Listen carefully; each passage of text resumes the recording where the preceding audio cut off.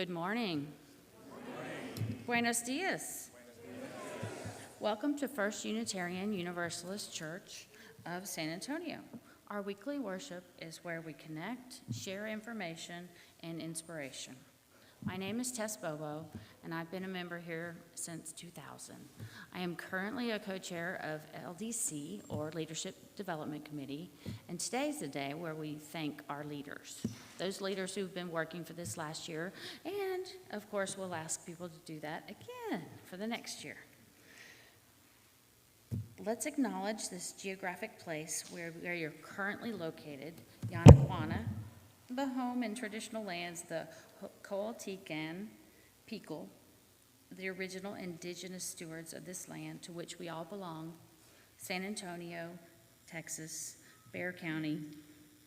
At our church, we strive to enact a universal love that binds us in mutual care and affection, especially in our work for justice for all and for our planet.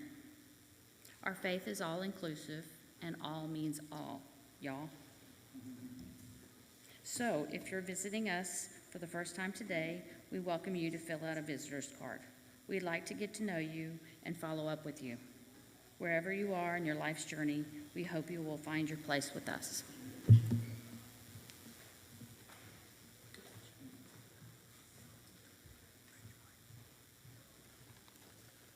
Good morning. I'm Mike Phillips. For the first time, there is a housing proposition on the San Antonio city bond election ballot.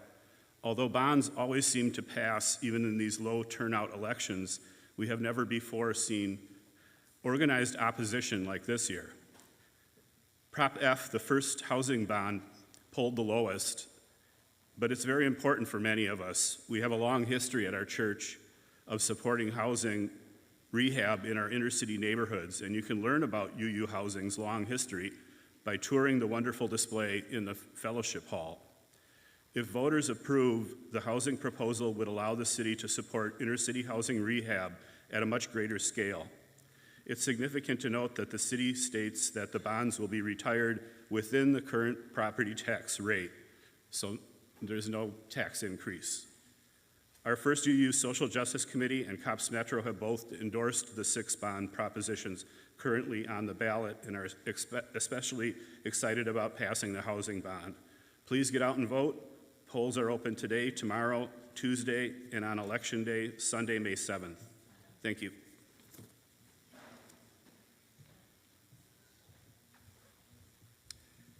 Thank you, Mike. Take a deep cleansing breath. Go ahead, bring something in. And let it go. We're gathered today as consciousness in a sea of consciousness. Our essence as conscious beings are one and the same, which puts us in good company with everything. We think we are our personalities, our purposes, and even our problems. Don't we often over-identify with our problems? The truth of our essence as consciousness is worth contemplating. So I'm glad to have us gathered together in this beautiful space today to have a service in which we can take some time to breathe, to think about the things that we see and hear and feel as part of this consciousness that makes us up.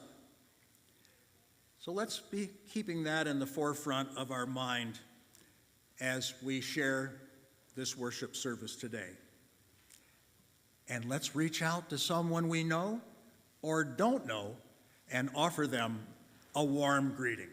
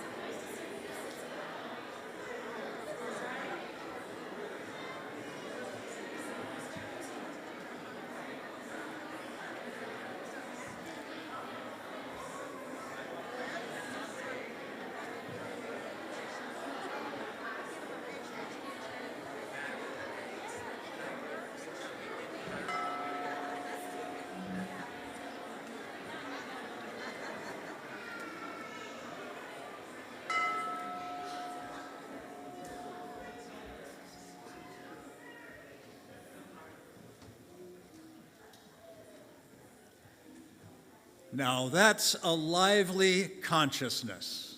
Thank you for being here today. I invite you now to join in singing hymn 148 out of our gray hymnal. Let freedom span both east and west. 148, let's rise in body or spirit.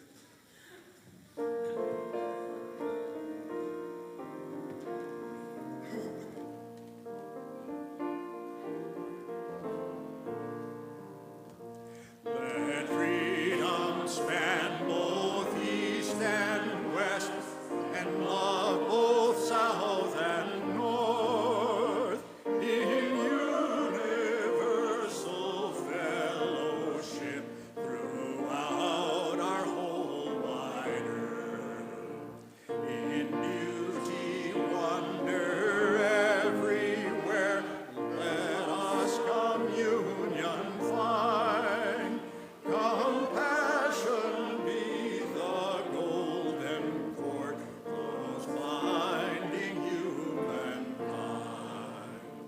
Beyond all barriers of race, of color, caste, or creed, let us make friendship, human worth, our common faith and deed. Then east and west will meet and share, and south shall build with north, one human commonwealth of good throughout the whole wide earth. Thank you, and please be seated. Yes, an aspirational hymn, if there ever was one. Pat Beck and Zoe Fox will come up to light the chalice. A member since 2001, Pat is retired and volunteers here at our church in many ways, including co-teaching OWL classes. That's our sexuality education class, Our Whole Lives, OWL. Zoe is almost age 5, and her favorite color, let's see what's she wearing today. How about pink? Yay! Zoe loves tea parties and playing outside. All right.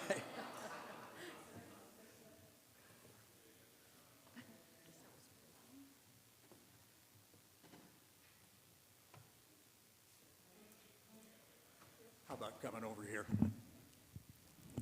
Come on over, Zoe. Here, stand on that. There we go. The flaming chalice unites our members in worship and symbolizes the spirit of our faith. This morning, the chalice lighting calls our attention to the flame, a symbol of warmth and brightness, the brightness of our connections. The flame dances and moves, as do we. As individuals, we are committed to move forward in the light of life. We are grateful for our church.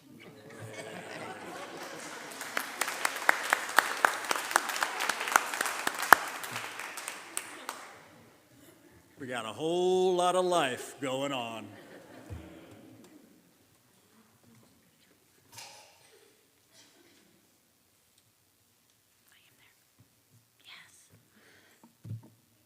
Let's do our Congregational Covenant.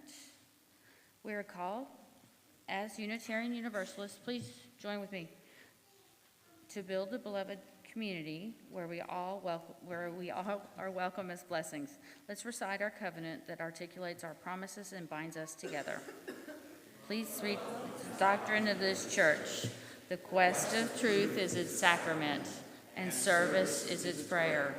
To dwell together in peace, to seek knowledge in freedom, to serve humanity in fellowship, to the end that all souls shall grow into harmony with the divine. Thus do we covenant with each other.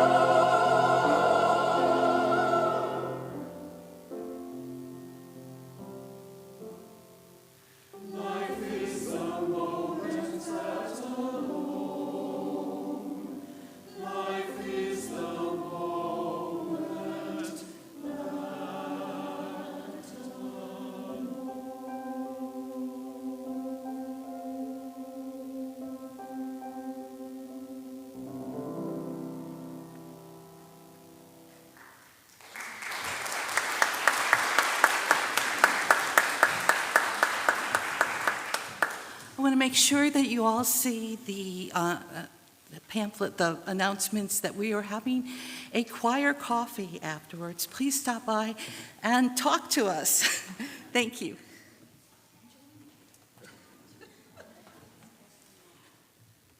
And you may meet with our choir and share coffee or another beverage on our patio after the service.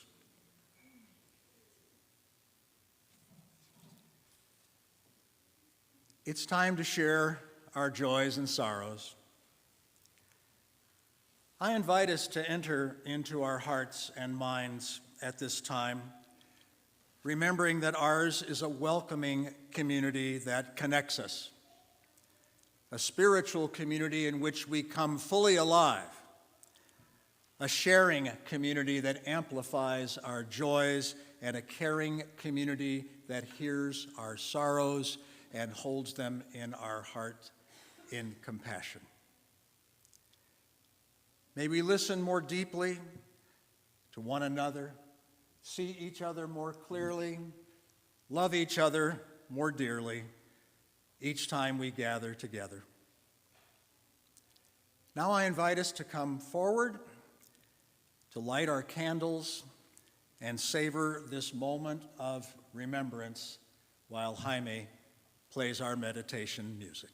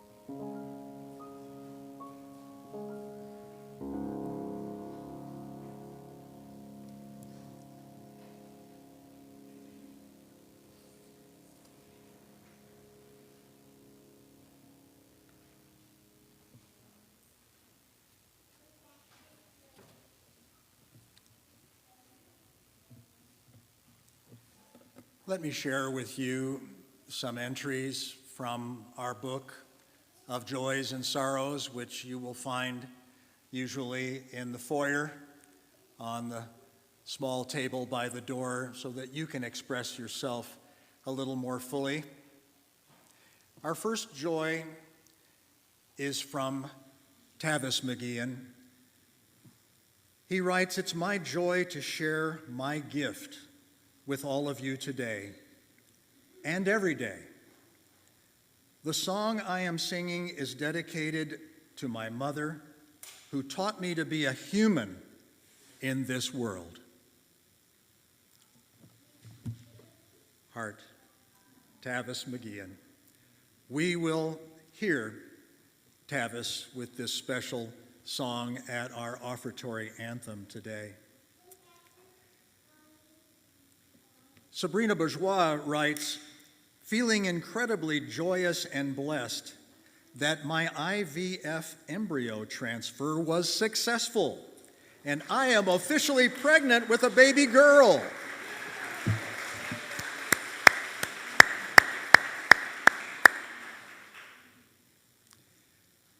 It's always amazing to me to see that new life comes and old life goes.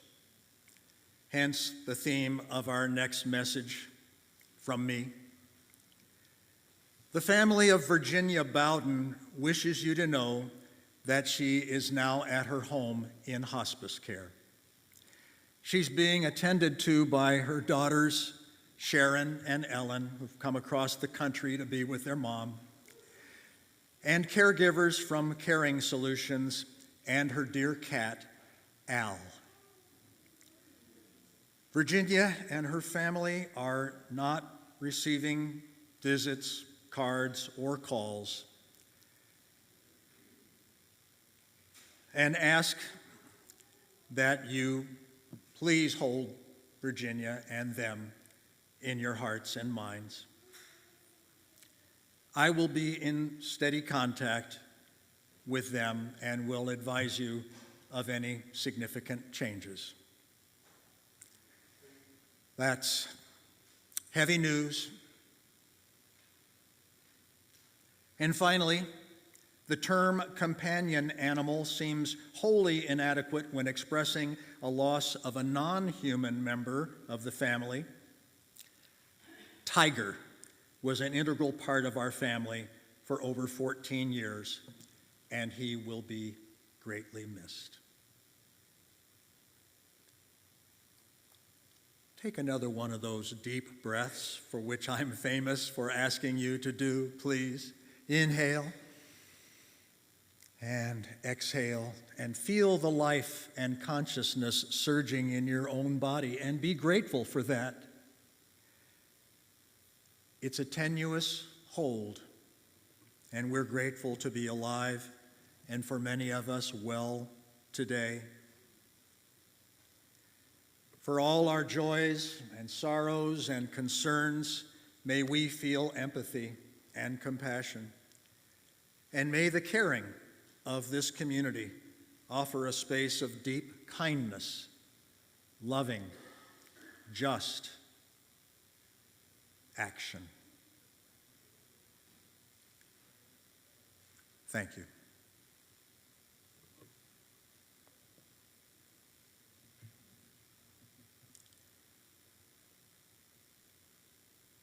Today's story wisdom is entitled, "What Humanists Believe."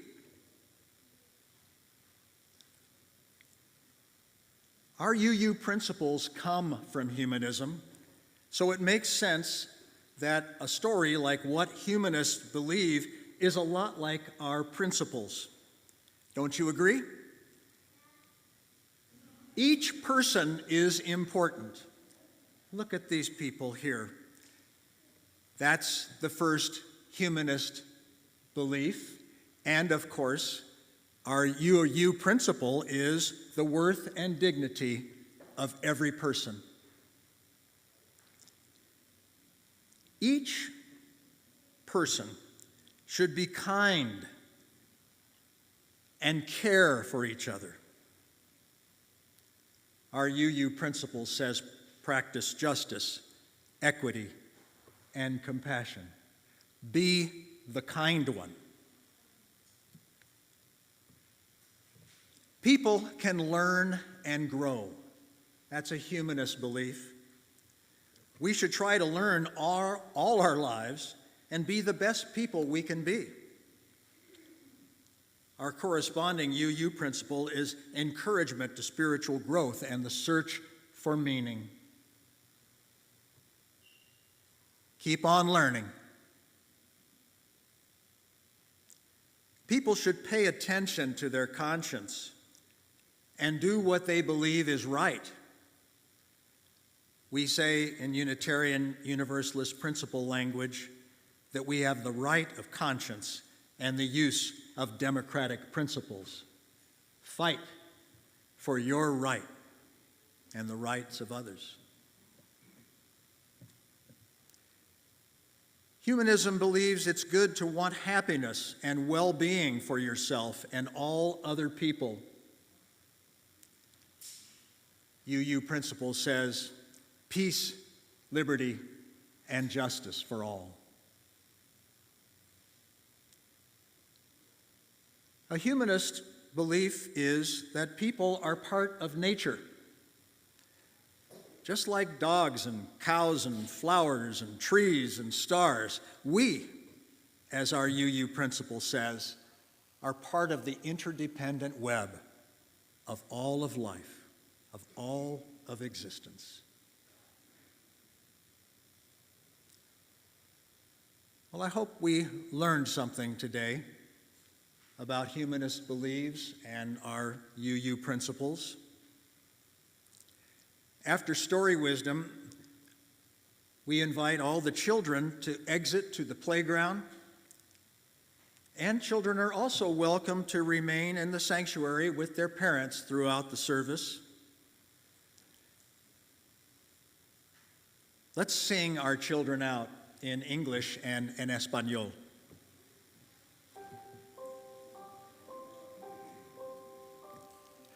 Go now in peace, go now in peace. May the power of love surround you everywhere, everywhere you may go. Vianse en paz, vianse en paz. Que el Espíritu de Mamo los rodee en todas partes, donde quieran ir.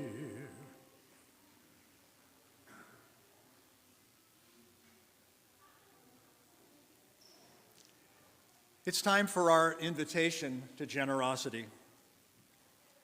Our church has a larger purpose to support all of us in becoming more generous in the giving of our time, talent, and treasure, all in a context of trust. A church moves at the speed of trust, and sometimes that's pretty slow. Today's offering is for our church, with a respectful reminder that our annual pledge drive is still in force and requires some of your attention. We're very grateful for those of you who have made a significant pledge for this year. It's how we keep the lights on, it's how we pay the bills, it's how we provide all the things that we do for each other here. For those of you who've yet to make a pledge, please fill out a pledge form and get it to our office.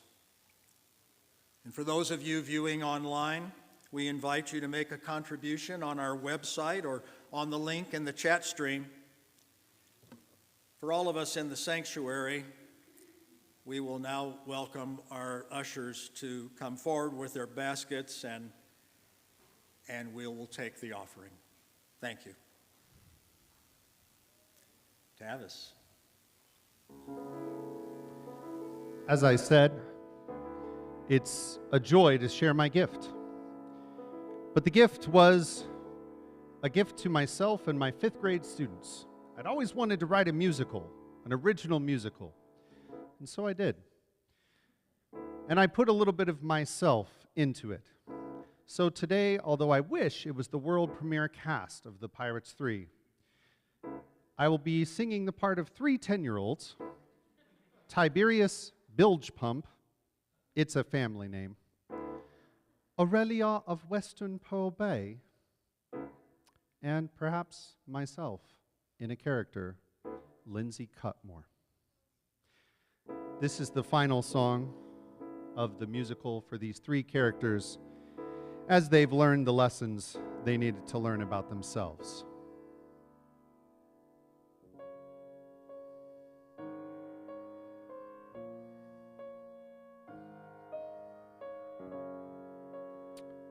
First, Tiberius. All my life, I've been waiting while everyone is upset, so I use jokes.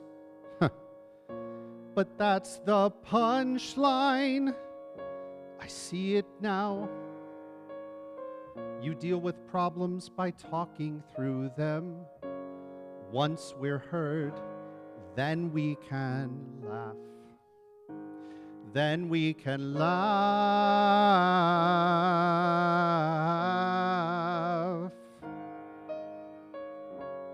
Listening first.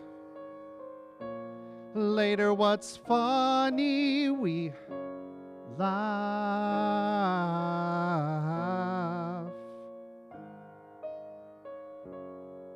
I can do that.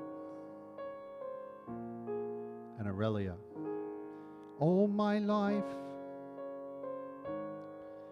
I tried to do what books say is best, searching each page, but never asking why. The answer's clear. I just don't know it yet. I can't know it all. I'm smarter than that. I'm smarter than that.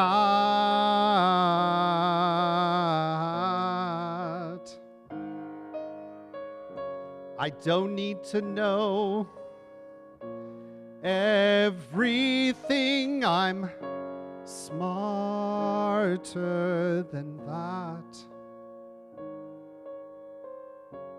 I'm smarter than that. And Lindsay. All my life, I try to live up to my grandfather. Brave and strong, the best of us all. I want it so bad. I turn into a coward. But just you watch, I'll stop holding back. I'll stop holding back.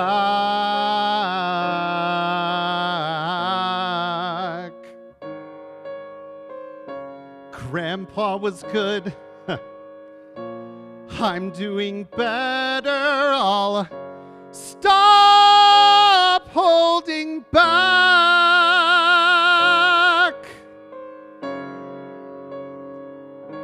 I'll stop holding back.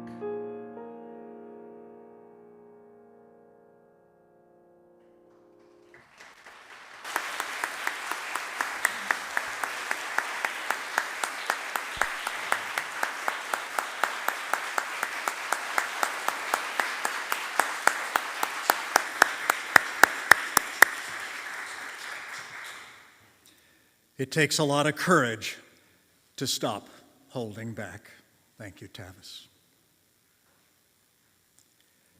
We bless these offerings we have received for our church and its many ministries and activities. May these blessings be multiplied through our sharing of them. May it be so. Thank you, ushers, and thank you all.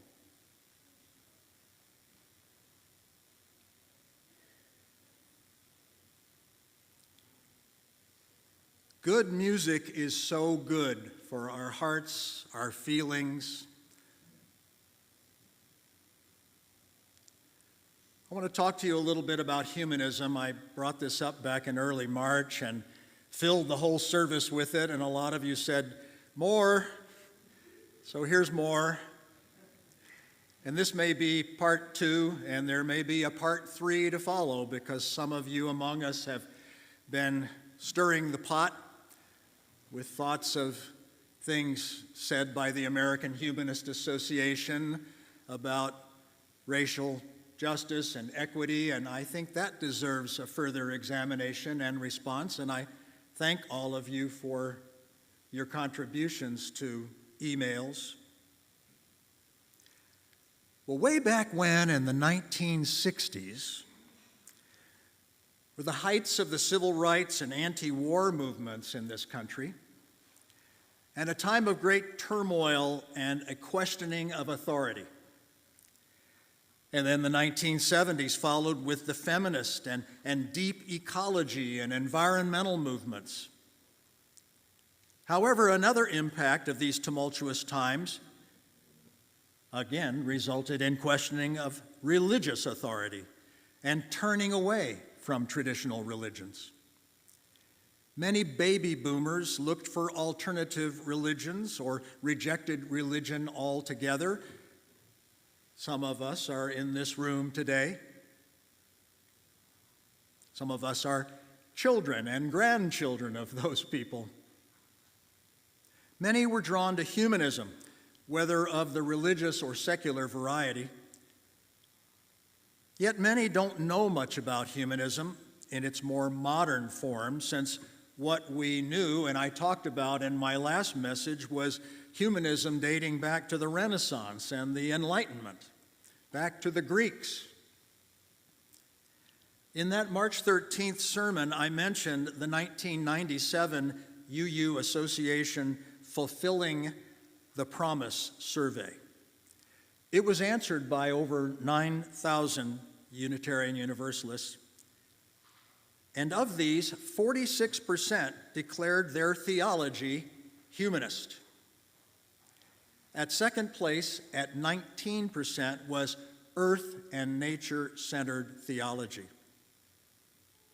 Some of us witnessed that last night with about 30 others in our playground in a big circle where we celebrated Beltane and May 1st with a maypole of entwining colorful ribbons and rituals that connected us with the cycles and the circles of the seasons. Well, we know about the diversity of UUs. There must be all sorts of humanists among us: secular humanists, religious humanists, political radicals, liberals, libertarians, even some who are essentially apolitical, but who are working to improve lives of other people through the helping professions, volunteer work, voting, registering voters, the arts. I also guess that more than 46% of us today would claim to be humanists if that term were combined with other philosophies such as Buddhist humanist, agnostic humanist, humanist skeptic. After all, the humanist philosophy permeates our UU principles, as we saw in our story wisdom today. So what do we mean by humanism? Even a liberal philosophy or theology needs some defining and unifying beliefs, though not everyone needs to agree on every point. Here are 6 points reiterating something of the story wisdom today among humanists. Humans are, in every respect, a part of nature. They are a natural product of evolutionary processes. Second, we humans, like all other living things, must rely on ourselves, upon one another, and upon nature. There's no evidence that we receive support or guidance from any supernatural power with whom we might communicate. We're able to meet the challenges of life in constantly more satisfying ways. This is a third humanist belief, provided we are able to make fuller use of our own capacities with which we have been blessed. How many times I've communicated to my siblings, growing up Roman Catholic, you know, I think God needs our hands, our brains, our voices, our hearts, our feet to do the walking. So that's human responsibility and human capacity for our fate and our future. Number 4, the meaning of life is that which we give to it. Happiness and self-fulfillment for oneself and others are richly sufficient life goals. We got a lot of work to do here, together. And we can't do it alone. Number 5, moral codes are made by humans. Values and ideals grow out of the experiences of various cultures, societies, and individuals. And 6, the supreme value is the individual human being. Each person of whatever race or condition merits equal concern and opportunity. Laws, governments, and other institutions exist for the service of people and are justifiable only as they contribute to human well-being. We're seeing a lot of that on our planet right now. Laws, governments, responses that are not here for the service of people and can't even be justified in almost any way. So in summary, humanism asserts that scientific methods, physical evidence, human experience, and reason can together explain any mystery and solve any problem in our lives and world, if the problems that we're facing can be solved. Therein lies the rub. If they can be, it'll be people that will solve them. So humanists reject explanations that involve supernatural forces. This does not mean that humans can explain all mysteries and solve all problems, but it means that everything has a natural explanation, whether or not we have the means to explain it or solve it presently. And whether or not an event is understood scientifically, humanists can appreciate our place in the natural world and experience awe and wonder in it. Humanists reject dogma and creed and the authority of traditional religion as well as divine revelation. Their focus is on the value of human beings, both as individuals and collectively, as a human race. Underlying humanism is an evident optimism about the perfectibility of people and society, although this has been tempered by wars and the rise of nationalism and fascism and other horrors that we witness still. You see, I call myself a religious humanist. I, along with many who identify as such, may not believe specifically in God or a supernatural force, But a religious humanist differs from a secular humanist as to the definition of religion, which I believe is about binding us together in community and binding us back around certain values and principles that we find to be the kind of authoritative way that we wish to live. One of the main practices of secular humanism is naturalism. Well, many religious humanists are naturalists too. Naturalism as a philosophy is rooted in the domain of matter, energy, and their interactions. Secular humanism teaches that the world of everyday physical experience is all there is. As a religious humanist, I define religion as that connection that I described, that we find in everyday experiences of life. And those experiences can include sense of transcendent mystery in much we observe and experience.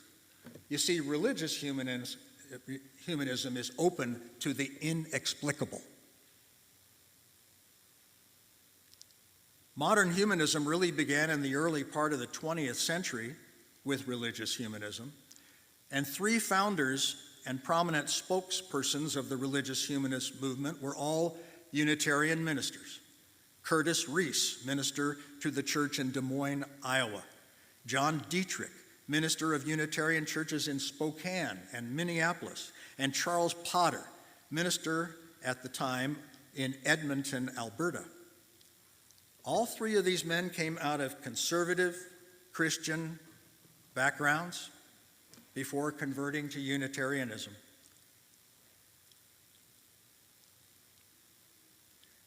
The most famous statement of the humanist position was the Humanist Manifesto, which was originally published in 1933. Its beliefs were summarized in 15 propositions, and it was signed by 34 human beings, and not one was a woman.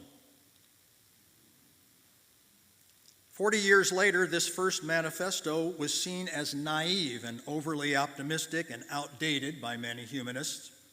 And a second humanist manifesto was drafted in 1973, 40 years later, and signed by 114 members of different genders, many of whom were prominent writers, professors, scientists, doctors, social advocates, and clergy, most of whom were UU ministers, because by that time, Unitarianism and Universalism had merged in 1961.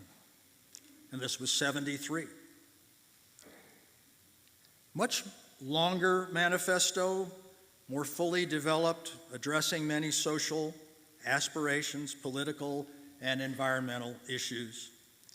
And in 2003, Humanism and Its Aspirations was another document, and it was published, Humanism and Its Aspirations.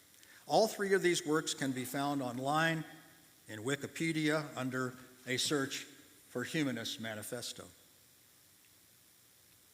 And what about the future of humanism? Although I affirm many of the beliefs of humanism, I'm always seeking ways to bring a better balance to life that involves our own human flexibility and the capacity to compromise individual points of view in order to form a more perfect union. I like the idea of community. I wouldn't be up here week after week and doing the things that I do as your minister if I didn't believe in the power of community. Humanism can serve as a mechanism for the continued transformation of our society. Look at its history of progressive education, stimulating abolition, improving health conditions during wartime, civil rights, the anti-war movement, women's rights, LGBTQ plus justice, and environmental justice. We don't know yet what we can do together as human beings if we focus on building the beloved community. And in spite of present-day challenges from divisiveness and hostility, I invite us to resolve to discover where humanism can take us and work together to find out how. How then shall we live?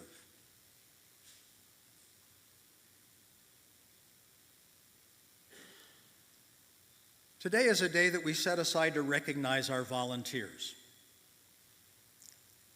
We wouldn't be here today without the efforts of volunteers, a vital part of our church community. And today, the volunteers of our Leadership Development Committee, our board, our worship committee, greeters, ushers, choir, religious education staff and supporters, bookshop managers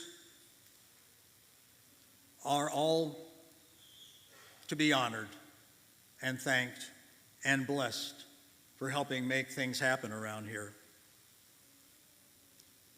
Yet consider everything that happens in our church beyond Sunday mornings.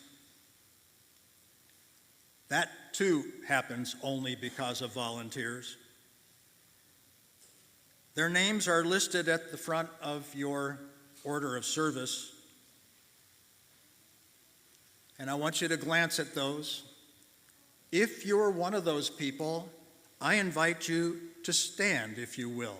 Rise in body or spirit, that we may offer you a round of applause.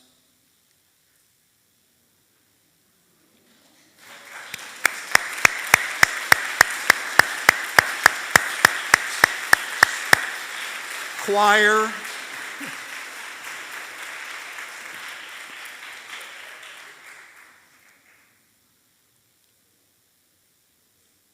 So we have some flowers that will be available in the foyer after the service for all you volunteers.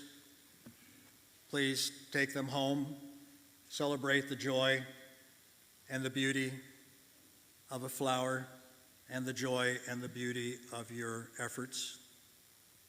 We appreciate your service and care. One more round, please.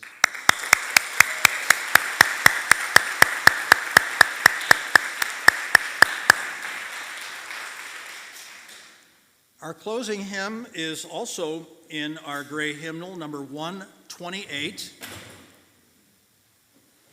For all that is our life, I invite you to rise in body or spirit. Take a deep breath and sing along with Jaime.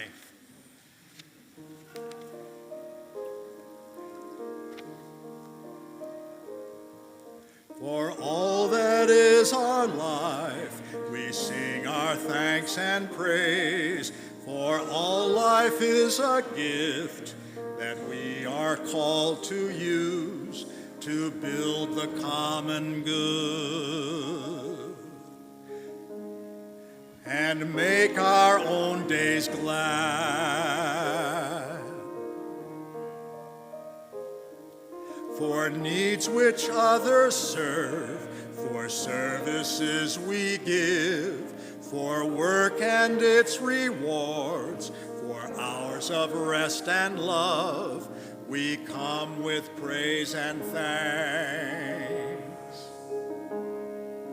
For all that is our life, for sorrow we must bear, for failures, pain, and loss, for each new thing we learn, for fearful hours that pass, we come with praise and thanks. For all that is our life, for all that is our life, we sing our thanks and praise. For all life is a gift which we are called to use to build the common good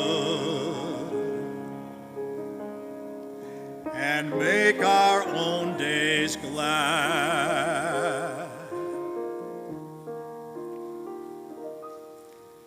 Thank you so much for lifting your bodies and voices. Now, let them rest back down into the pew for a moment.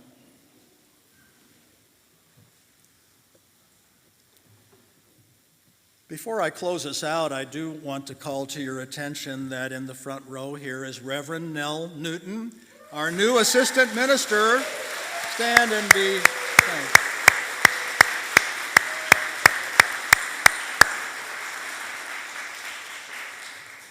Nell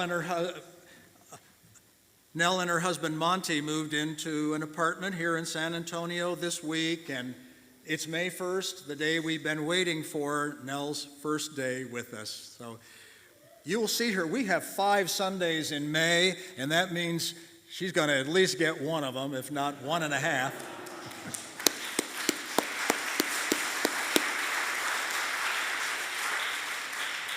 And that will be May 15th, so 2 Sundays from now. This coming Sunday is our YRE service that we look forward, our youth religious education. So come and support our young people this coming Sunday. We do have a congregational meeting come up on the 4th day of May. And sad but true, on our final Sunday of May, we will say goodbye to our wonderful Director of Lifespan Religious Education, Sherry Phillibaum, Dr. Sherry Phillibaum, and she will conduct that service with an enticing sermon entitled 10 Things I Love About You. And she means you. So don't fail to come and enjoy. Do come and enjoy. As we extinguish our chalice,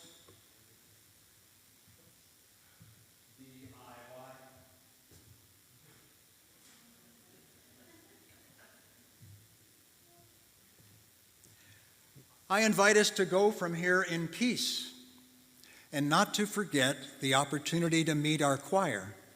And if you are at all interested in serving as a singer or a musician or a supporter of your choir, they will be assembling on the patio. The stream of consciousness has no beginning and no ending. It's a flowing stream, an endless succession of moments. In it, we are all interconnected in this web of life. This is worth contemplating, studying, and understanding as much as we can. It's a life's occupation and purpose. The illusion that we are separate from this and from one another is at the root of our difficulties. We cannot be separate from this. We never have been separate from this. The stream of consciousness is at the heart of life. Thanks to all of you who attended today and participated and sang and stood and breathed and made an offering and played music and just generally let your light shine. Let's join each other out on the patio. All right. Go in peace.